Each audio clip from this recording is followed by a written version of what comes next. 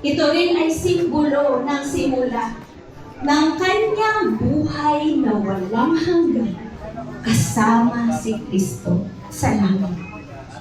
Amen? Together as a community, as a family, we share and we divide our pain. As this candle is lit today, damayan po natin ang bawat isa at hayaan natin maipadama natin ang ating pagmamahal at pagkalinga, lalo na po sa pamilyang kanyang naiwan. To light a candle in Lola Rosie's honor. Ano po ba ang ibig sabihin ng pagsisindi ng kandila? May dalawa po itong kahulugan. Ang una po ay yung walang hanggang linas or eternal flame or yung kanyang apoy. Ito po ay nagsisimbolo ng alaala, memories ng mga taong nauna na sa atin. Yung pangalawa naman po ay yung ilaw o yung light na binibigay nito. Ito naman po ay nagsisimbolo ng kapanganakang muli o bagong simula. Ngayon po, tinatawagan ko to light the candle si Jasher Carpio. And light the candle in remembrance and in honor of Lola Rosie.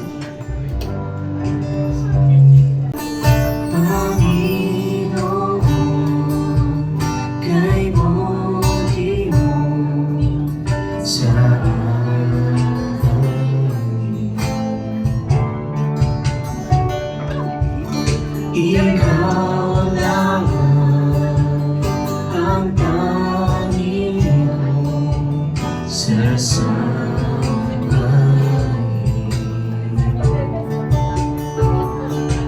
Kaawin ang iba at pupurihin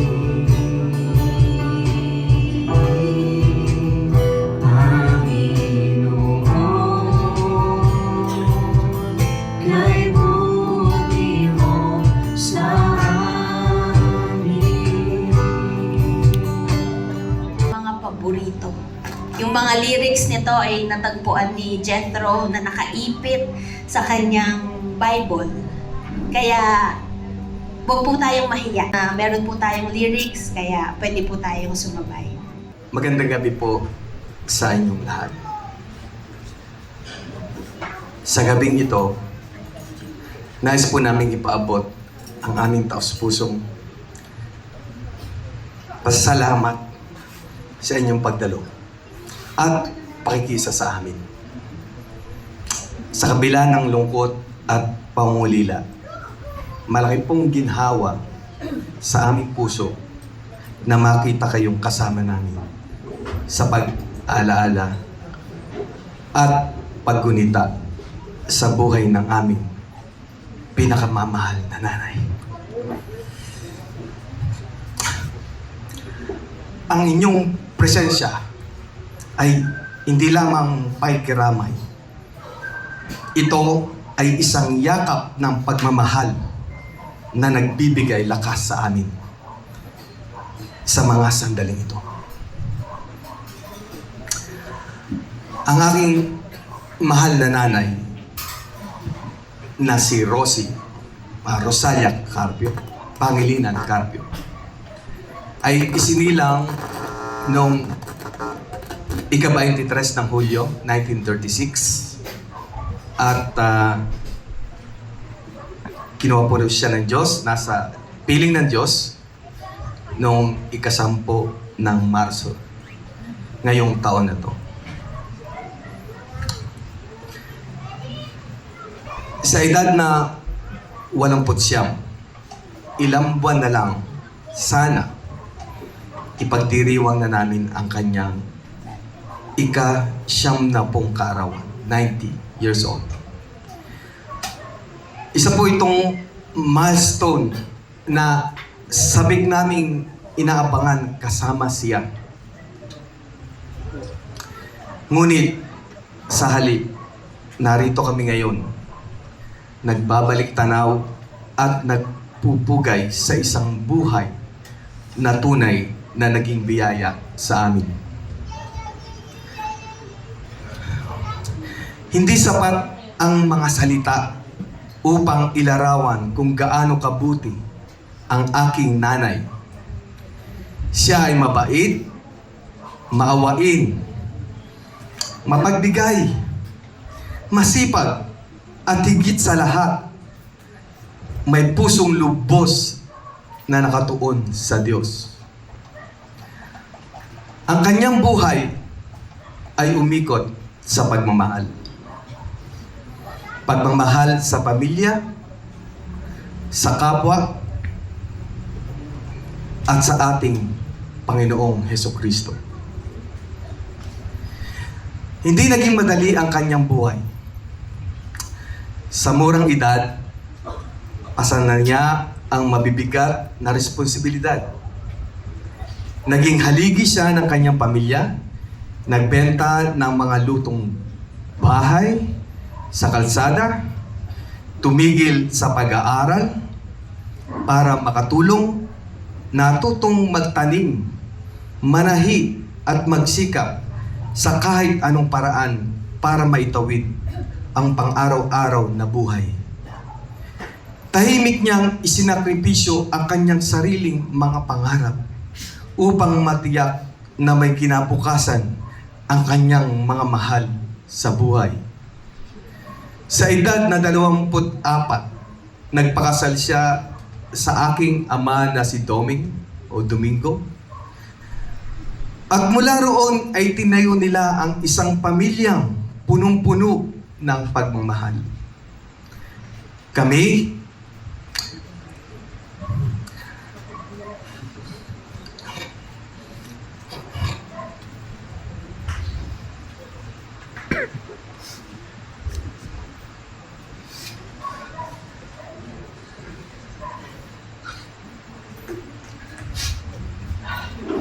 ang kanyang 5 anak,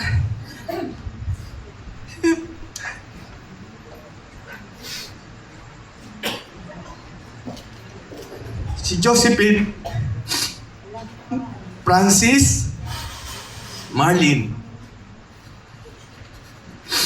Edwin, at Domingo Jr., si Junjun. Ang patunay na kanyang walang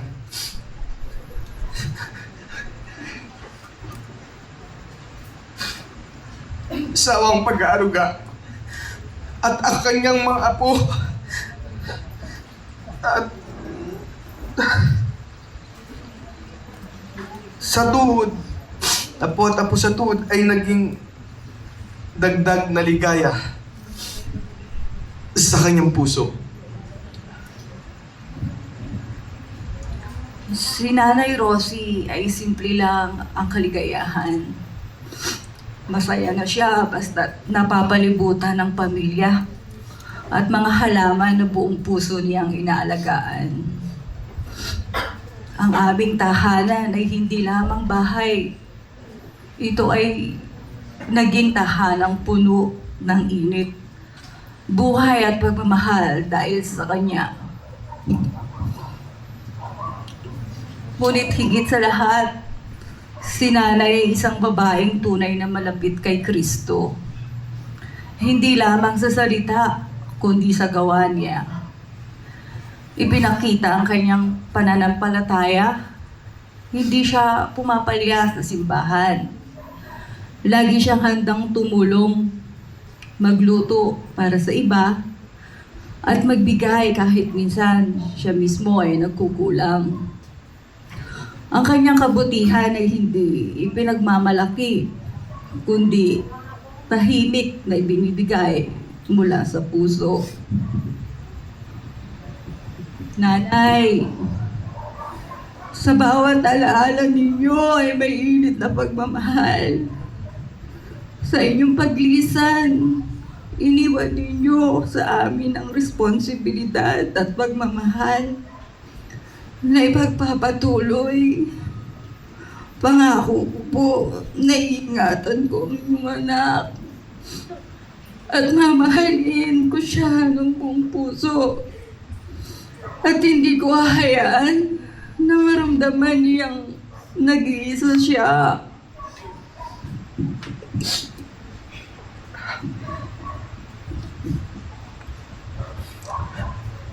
ang pananampalataya niya ang isa sa pinakamahalagang pamana na iniwan niya sa amin. Tinuruan niya kami hindi lamang kung paano mabuhay,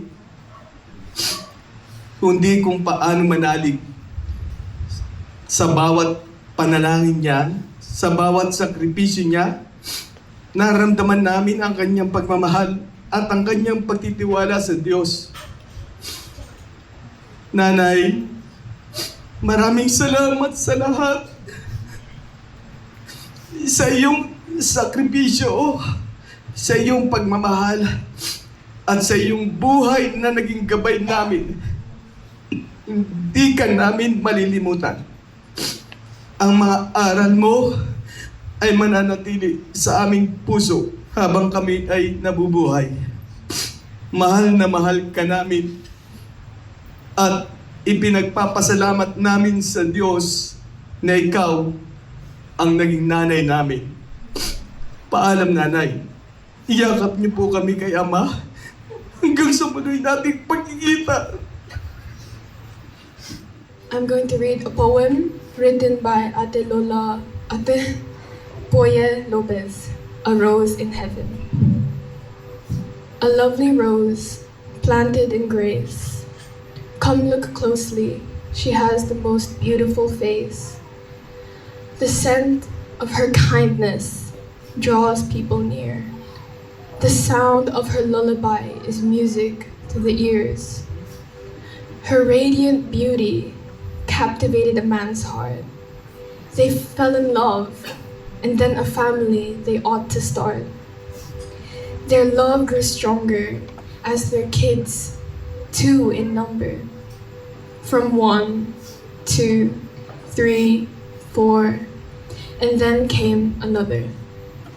She nurtured her home with love and compassion. Ate, Kuya, Iting, Diko, and Bunso, her greatest possessions. Raising a family with 5 children to care, she tried to make a living selling goodies everywhere. Her journey in this world was far from pain-free, but her faith and prayers were the perfect recipe. She started with almost nothing, somewhat lowly, but hey, she lived a good life, welling up with generosity. Her home was always open for those in need of shelter. May it be a family member or simply a stranger. Many people called her Nanay or Mother, as her selfless love made them feel they matter. She loved her Lord dearly above all else.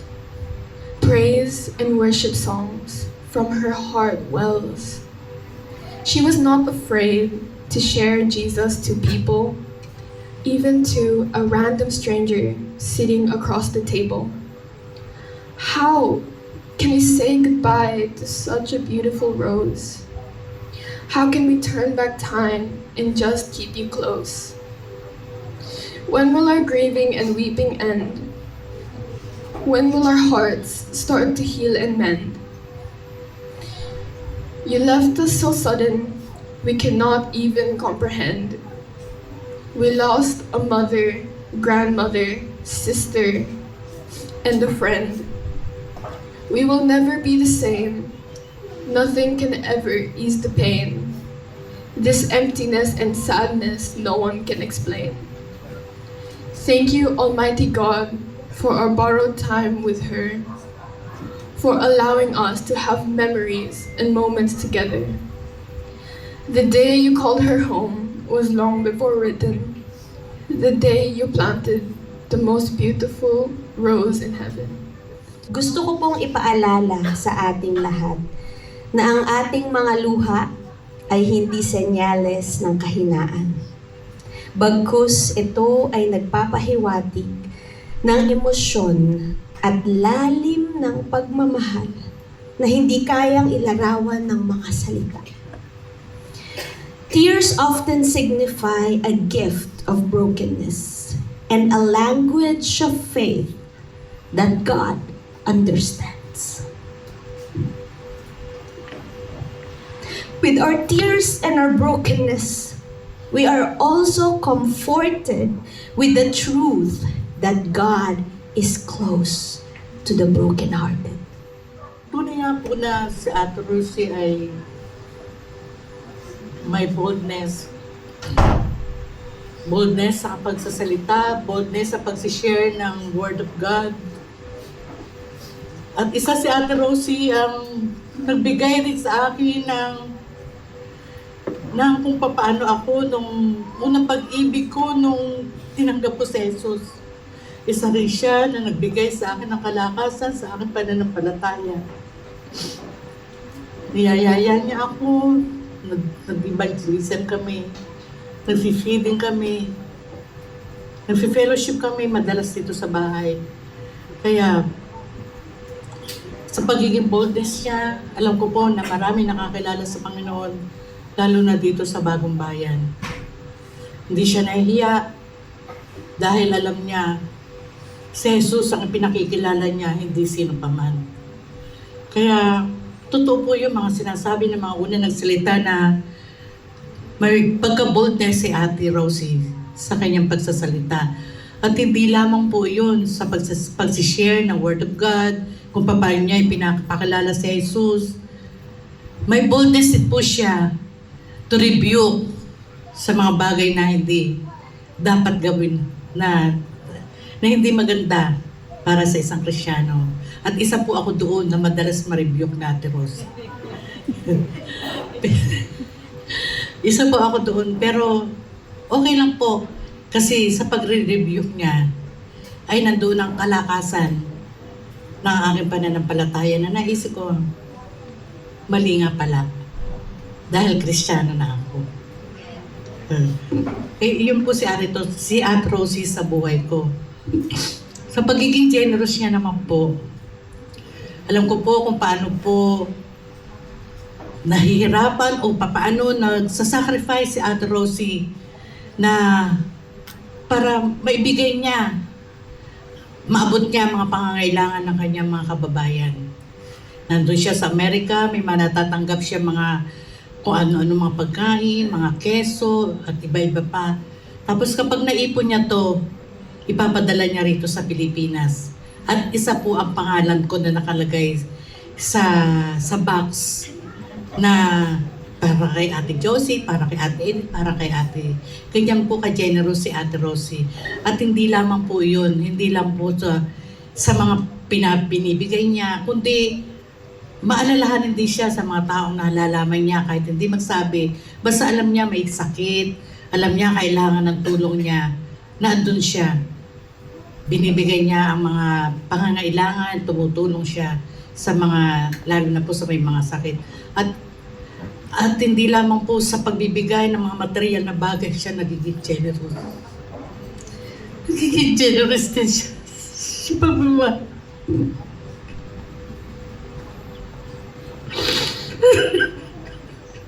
Talaga si Ate Rosie ay isang napakatapang. Sa Bagong Bayan lang po ako, iniisip ko, wala pa akong nakitang kasintapang ni Ate Rosie sa paghahayag ng salita ng Diyos. Talaga pong kahit nakakatilim po siya ng mga salitang hindi mo magugustuhan, medyo masakit, pero wala po sa kanya yun. Talagang sige lang po siya sa ginagawa niya para sa paglilingkod sa Panginoon. Dahil sa totoo po, si Ate Rosie isang naging bahagi din ng buhay ko. Kaya nakakilala ko sa Panginoon. Si Ate Rosie po, habang naniningil po siya ng tubig, talagang lumalakad po yan. Pag nakita ko po dito sa dumadaan dito, umiiwas na po ako, doon na po ako sa kabila, dumadaan. Dahil kung ano-ano naman po ako sasabihin sa akin ni Ate Rosie. Talagang, sabi nga po sa John 3:20, kung di po ako nagkakamali, na gumagawa ng masama. Hindi naman po masama yun. Kundi worldly po kami noon. Lumalayo sa ilaw. Dahil si Ate Rosie po ay tunay na nagliliwanag noon. Ngayon ko lang po yun na dahil siyempre mananampalataya na rin po ako. Talagang tunay po na liwanag si Ate Rosie. Sabi niya, isang araw mababalitaan ninyo na ako ay pumanaw na. Huwag ninyong paniwalaan ito sapagkat sa oras na iyon ay mas buhay ako kumpara sa ngayon. Ako ay nasa mas mataas na lugar, sa labas ng katawang ito nagawa sa putik, patungo sa bagong katawan, di nasisira, na hindi kayang salangin ng kamatayan at dumihan ng kasalanan dahil ito ay hinubog mula sa isang maluwalhating katawan. Iniisip ko ito ang pahayag ni Nanay Rosie bago siya mamatay. Siya ay buhay sa ating mga puso at isipan. Alalahanin natin siya, yung mga taong nawala na sa atin, subalit mahalin natin yung mga taong narito pa. Si Nanay ay matapat sa kanyang pananalangin. Lagi niyang idinudulog sa Diyos ang kapakanan ng kanyang mga mahal sa buhay. Ang panganay na anak ni si Jerty, ang kasama niya bago siya mawalan ng malay, bago siya intubate. Si Jerty rin ang unang nagparana sa kanya kung paano magmahal ng isang anak. Katulad ito, ngunit hindi maaaring itumbas sa pagmamahal ng Diyos sa kanyang anak na si Jesus. Si Francis as Edna, di maipaliwanag ang kanyang saya nung sila ay ikasal. Kasi matagal niyang pinapanalangin si Francis. Matagal niyang pinapanalangin. Lagi niya sinishare sa akin yan, na siya ay makabalik sa paglilingkod sa Diyos. Natupad ito at nagdulot ng lubos na kasayahan sa kanya. Lagi niyang ipinapaalala sa akin kung paano niya pinalangin kaming dalawa ni Martin. Marami nakakaalam ito. Si Kuya Ami, alam niya. Okay? Bago kami makasal, siguro nilasing niya. Nilasing niya sa pagmamahal. Lagi niya ako pinupuntahan sa bahay pag mayroong nasisira. Yung salamin niya, pag nawala yung tornilyo, uy, kayang gawin ni Noel yan. Pag may nasisira sa bahay, kaya ni Noel yan. Kaya ang motto ko, I can fix everything except my wife. Because there's nothing to fix.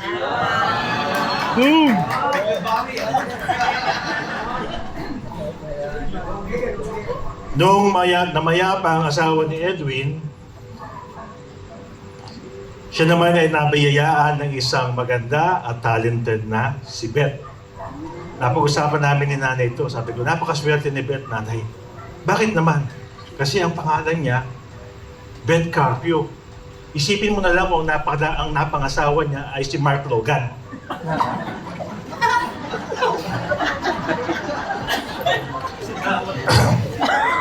Very proud naman sa bunso na si John at asawang si Ann. Si John na nagplano ng bahay na to at tumapos ng kanyang pangarap na magawa ang kanilang bahay. Sabi ng iba, building. Depende sa kausap mo. Kaugalian na nating mga Pilipino, pag dating ng November 1st, tayo ay dumadalaw sa mga namatay na, di ba? Nagbabaon tayo ng pagkain, pansit, kakanin, itlog, balot. Yung mga nicho nagiging tuktukan ng balot.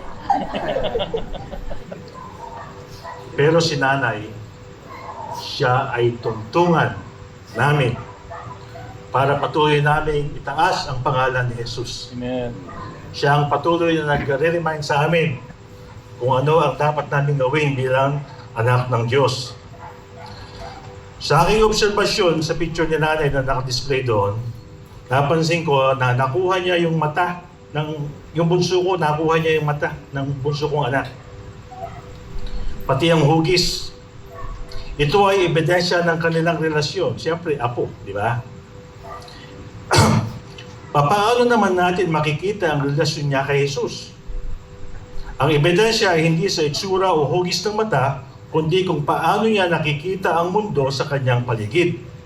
Katuloy ng pagtingin ng mahal na Jesus sa ating lahat, pagtingin na walang kinikilingan, mahirap man o mayaman, babae o lalaki, bata o matanda, at higit sa lahat, mabuti man o masama.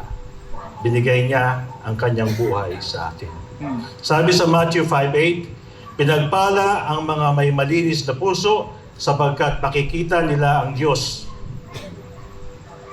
Ini-emphasize ng verse na ito ang importansya ng pagiging sincere at undivided na devotion sa Diyos. Ang malinis na puso ay hindi nahihiyang gumawa ng isang bagay na marangal. Kapag meron akong itatapon na bash ng soda o plastic, lagi kong naaalala si Danay kasi siya ay nag-iipon ng mga nare-recycle. Bago niya makilala si Jesus, ang estado niya ay isang parang bagay na walang halaga at katuturan. But because of Jesus, she was given a new purpose with the crushing of the body and the spilling of the blood of Jesus Christ.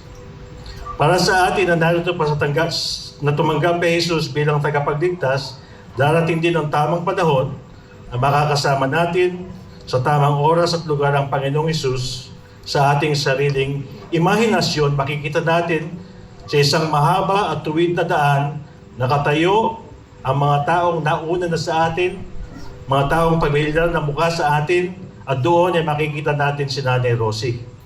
Sa kanyang mukha, makikita natin ang sigla at ngiti na tanging sa tunay na anak ng Diyos lang matutunghayan.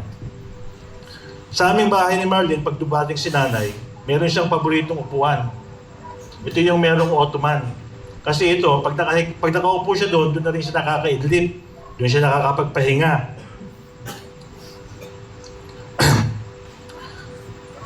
Si Nanay, meron siyang upuan na naghihintay sa langit. For 89 years, hinihintay siya ng upuan na yun na piniprepare ng Panginoon para sa kanya. Pag nakaupo siya doon, nakikita ko siya ay masaya, walang alalahanin, takot at kaba. Doon na rin siya naiidlip at nagpapahinga. Sa pagdilat ng kanyang mga mata, alam niya na kami ang kanyang makikita sa bahay. Ganon din naman, nang siya ay namayapa, alam niya, pagdilat ng kanyang mata, makikita niya at mahahawakan ang mukha ng Diyos. Ikaw, meron bang upuan na naghihintay sa iyo sa langit? Salamat po. Nung marinig ko si Kuya Noel na isa sa pinakapaboritong manugang ni Ate Rosie, alam niyo, nagbago yung aking pananaw eh. Kasi kung tutuusin, ang pinaka masayang lalaki na nabuhay na may asawa si Adan. Opo, kung tutuusin na siya ang kasi wala siyang biyanan. Yun ang dahilan. No? Nabago ko yung aking paniwala. No? Nabago ang aking paniwala. Dahil kay Ate Rosie. Dahil napakapalad ni Kuya Noel, napakapalad ni Kuya Brian sa mother-in-law sa pamamagitan ni Ate Charlie na naging biyanan nyo si Ate Rosie. Sa totoo lang. Kasi alam nyo, maraming kwento na nakaugnay sa buhay ko kay Ate Rosie. Hindi ko nga alam kung anong gagawin ko ngayon. Mag-eulogy pa ako o mangangaral ako ng salita na yun. Hindi ko talaga malaman kung saan ko ilalagay. Kasi marami yung kwento. Ako personally, yung aking buhay connected kay Ate Rosie. Kasi bago po ako nakakilala, o pagkatapos ko pong makilala ang Panginoon at magbago yung buhay at direksyon, kagad po na-connect ang buhay ko sa Kanya eh. Na pinagpapasalamat ko sa Diyos kasi isa sa pinakamahirap sa pagsisimula sa buhay Kristiyano yung magbago. Opo, pinakamahirap yun. Kasi maraming magiging struggle. Marami kang mararanasan sa buhay Kristiyano mo na hindi mo talaga naranasan bago ka naging Kristiyano. Yung putsain ka ng mga daddy mong barkada. Isipin nyo, na-experience ko ang hirap. Na-experience ko yung may ilang barkada ko rito noon na narito ngayon na nung makakilala po ako sa Panginoon, Maglalakad ka pa lang mula doon sa, ano, kasi noon naglalakad kami. Hindi kami nagsasasakyan, hindi uso sasakyan noon. Lakad kami, hawak mo Biblia, kakantsawan ka ng mga barkada mo, hallelujah! So, yun, na-experience ko yung, praise the Lord. Alam nyo, kung wala siguro si Ate Rosie during that time na tinambayan ko, dito talaga ako tumambay sa lugar na ito nung bago-bago Kristiyano. Dito ako tumambay. At dito na rin ako natutulog from time to time. At kumakain. Oo, kumakain. At may mga pagkakataon nga na kitang-kita ko yung sinasabi nyo na napakabuti ng loob ni Ate Rosie kasi sa totoo lang, hindi naman maganda ang buhay noon eh. Mahirap ang pera noon, mahirap ang hanap buhay. Pero hindi pa rin siya nagdadalawang isip na magpakain ng ibang tao. Ang gusto kong pagkukulan ng pansin yung desire ni Ate Rosie, yung laman ng kanyang puso nung nabubuhay siya. Kasi ang paniwala ko sa pagkakakilala ko sa kanya, si Ate Rosie, sa mabuhay o sa mamatay, ang desire ng kanyang puso ay mapaglingkuran ng Panginoon. Kaya imagine nyo ngayon, no? Naglilingkod siya sa Panginoon. Kaya nga ang biro ko doon sa ilang kapatid, alam nyo, magandang lapida na ilagay kay Ate Rosie. Buhay na, patay na, nagsasalita pa. O di ba? Ito yung pagkakataon ito, nakapagsasalita pa siya sa atin tungkol sa mga bagay ng Diyos. Ipamalas mo sa amin ang iyong kalwalhatian hanggang ang aming kaluluwa'y mapuspos ng lubusan at sa aming kalagitnaan bumaba ang kalamitan. Kailang iyong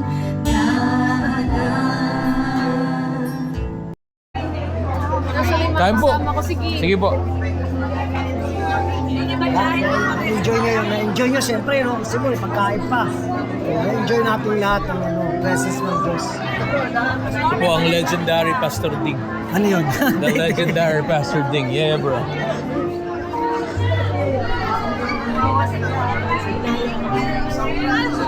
Ay! Oh my gosh.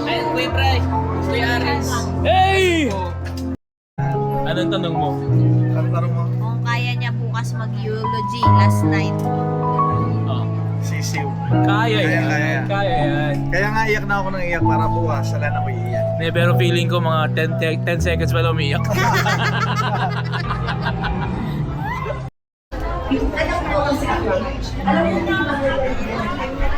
I want some arroz caldo too. Ay, shucks, wala na. Ay, Kuya Bray, ayun, wala na pasinta. Oh my gosh. Get your fill. Oh my goodness. Your family. Lugaw na lang. Sige na nga, nahiya pa. Kuya Bray, ano mo, kalamansi. Ang sarap guys, grabe. I want more of that. It's so good. Oh my gosh. And the sabaw. Oh my gosh, it's so good. Can I have the sabaw, tita? What? Yep. Yep. What? Yep. No. Okay. Oh my gosh, it's so good. Ang sarap po. Ganyan po pala ang mag-arroz caldo dito. Next level. I'm gonna go sit over there.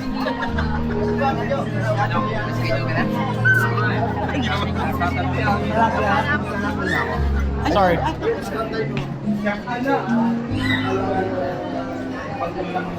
Bro.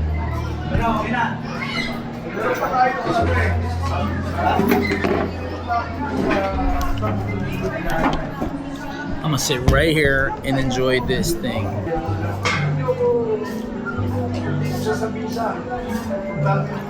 Oh my gosh.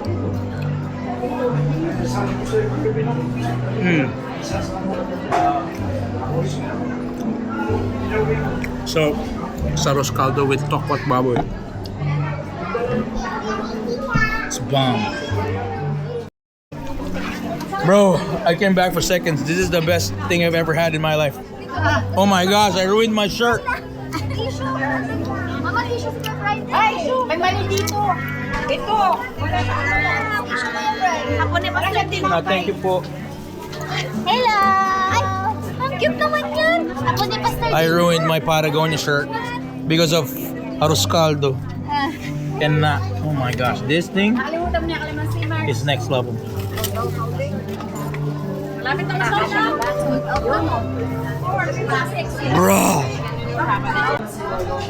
Bro, this arroz caldo is next level. Oh my gosh. So let me show you a secret, guys. So this is the fridge, and it's filled with food, right? But they are hiding the good stuff behind all the food. So, nope. The drinks. Nobody knows it's there except me. Looking for it. You've been looking for it? Yeah. And now you know. Now you know where it is. I don't know where they put it. Now you know. Now you know.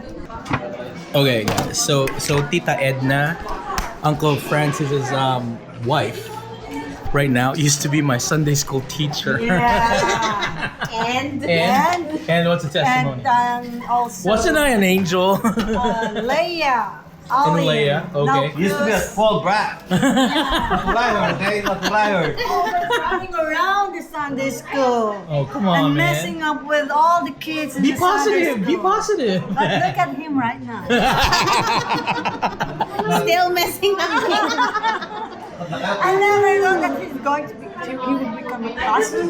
And now we're family. So yeah, that's what.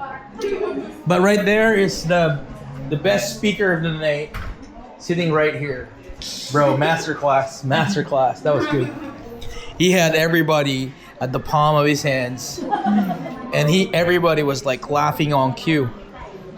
That guy's the bomb, right there. We gotta hang out with the right people. I don't know. It's a secret stash. It came out of there. Hindi ko makuha yung ilalim. I didn't even know. Shucks po ito. Buto with With salted egg. Ito ba yung tinatawag na kutapaw? Where's your thing? I'm just gonna grab this part.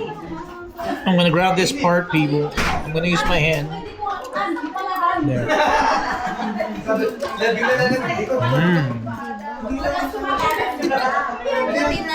Bro, Malambot. grabe. Bomb.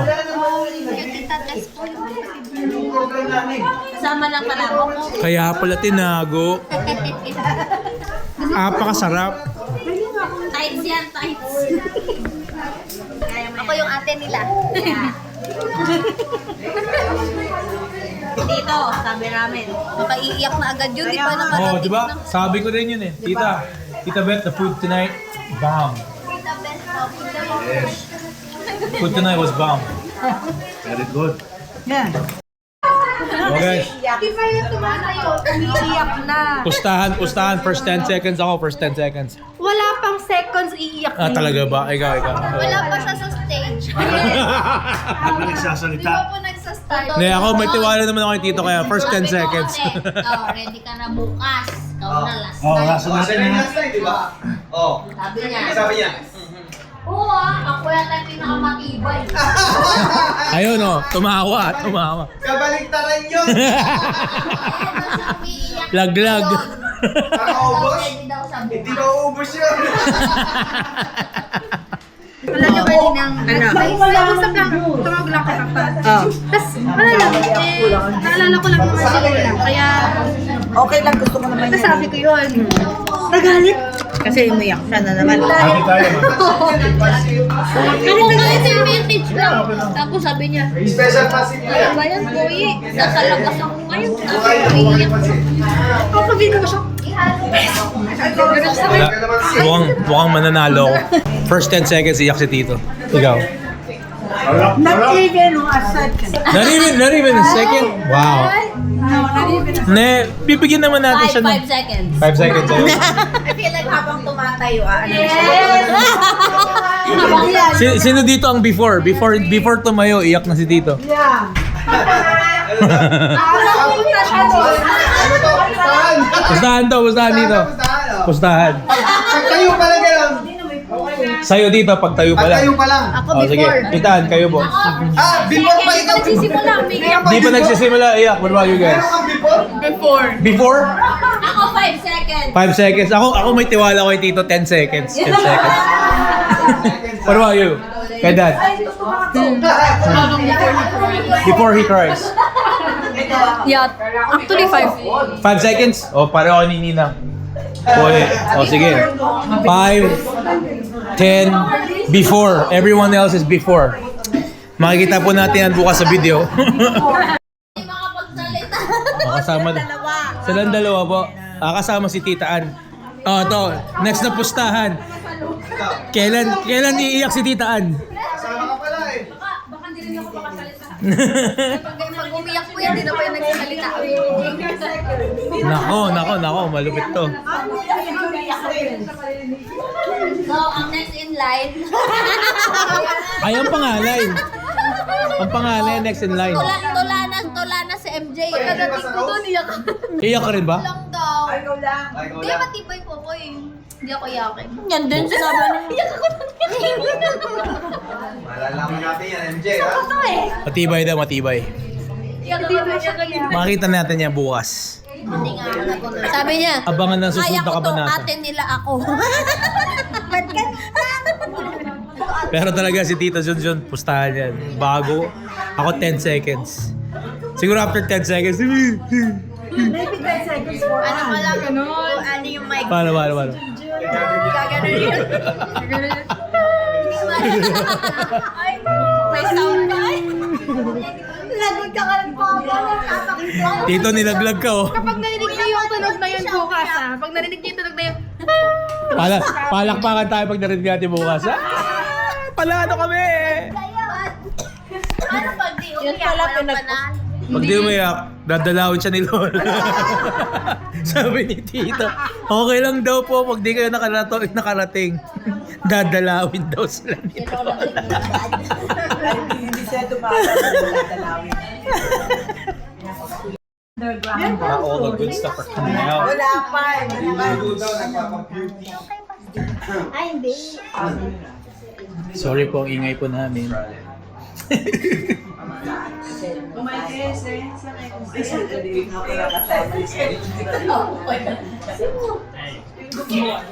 You know. Boom! 11,000.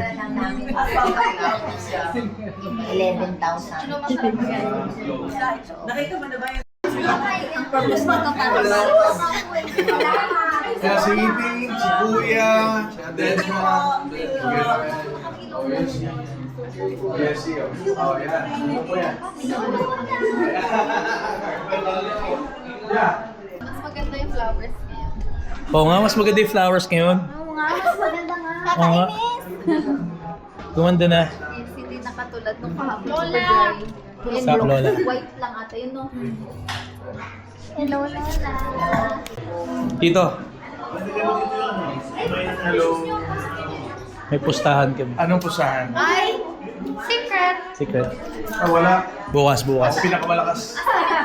Hindi siya na pinakamaalam. Hindi oh! Ito po yung kapoy. Sino mag-duty? Gigisingin ko. Pagingin kayo kay Kuya Noel. Nananakot yan. Bumubulot pa eh, bumubulot. Ako yung malalim ko lang, pero biglang ba? Diretso ka sa taas eh. Ayan. So yung nagbabantay, ginigising ni Tuto Noel sa bulong.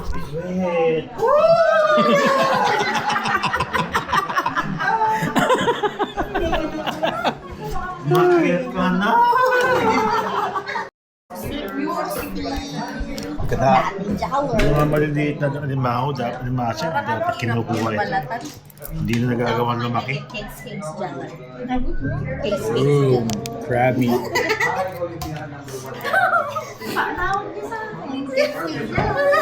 Kegs Jeller. Tawag ka sa kanya. Tatay Jowler. Ano daw yan? Ay, oo. Sabi ko, sleep ka kanina eh. Kunain ko yan. Good night.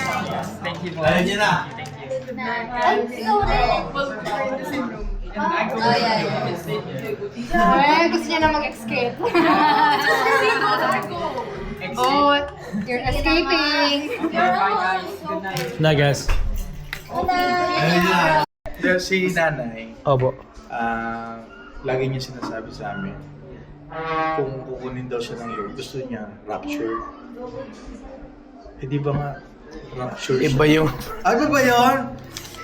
iba yung pronunciation. Baka nag-iba yung yung magkakaintindi ni Ni Lord, no? oo. Rapture o yan. Na-rapture siya. Rapture dun sa ano. Mali ang pronunciation. Oo, mali. Nagkamali yung pronunciation mo, Lola. Ayan. Para yung mga kapampangan. Eh, hindi pa nagkakamali si Lord. Imbis na pagpalain mo po kami, yung mga kapampangan. Pagpalahin mo po kami. Kaya pumutok yung lahat. Love you, Lola. Akala ko rental lang namin itong ano, kasi